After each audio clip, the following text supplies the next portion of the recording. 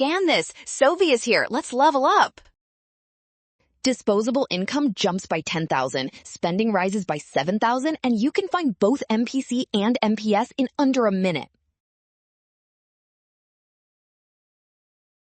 First, find marginal propensity to consume by dividing the change in consumer spending by the change in disposable income. So that is 7,000 over 10,000, which equals 0.7.